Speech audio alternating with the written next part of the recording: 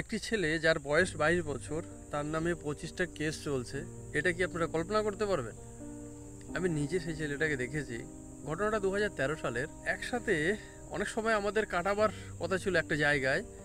তো ভয় লাগছিল তাকে দেখে, বাট তাও তাকে জিজ্ঞাসা করলাম যে তুমি এখানে কি করছো বা তোমার পরিচয় কি। তো তখন সে বলল যে আমার নাম এই, আমি এখানে থাকি।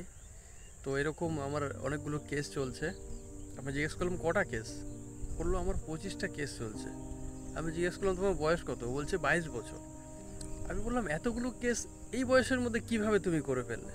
ছেলেটি বলছে দাদা আমি কয়েকটা খারাপ কাজ করেছি। 1-1.5 বছরের মধ্যে আমি 7-8খানা ঝামেলা করেছিলাম, 7-8টা কেস আমার নামে জড়িয়ে গেছে। সেখানে চুরি ছিল, মারামারি ছিল, এসব খারাপ কিছু কাজ ছিল। তারপর থেকে পুলিশের খাতায় আমার নাম উঠে গেছে। আর অনেকগুলো কেস ফ্রিতেই আমাকে পুলিশ দিয়ে দিয়েছে। এইভাবে 22 বছরে আমার খাতায় 25টা কেস জমে গেছে। আমি যদি এখান থেকে বেরোবার চেষ্টা করি আমি আর বেরোতে পারবো না। বিনা দোষেও আমাকে অনেক কেসে ভুগতে হচ্ছে। আর আমার পক্ষে এখান থেকে বেরোনো সম্ভব না। ওই রাস্তায় যে পা দিয়েছে সেখান থেকে বেরোনো খুব মুশকিল। এটা আমার লাইফে প্র্যাকটিক্যাল ঘটনা। খুব সাবধান। ভালো থাকবেন সবাই।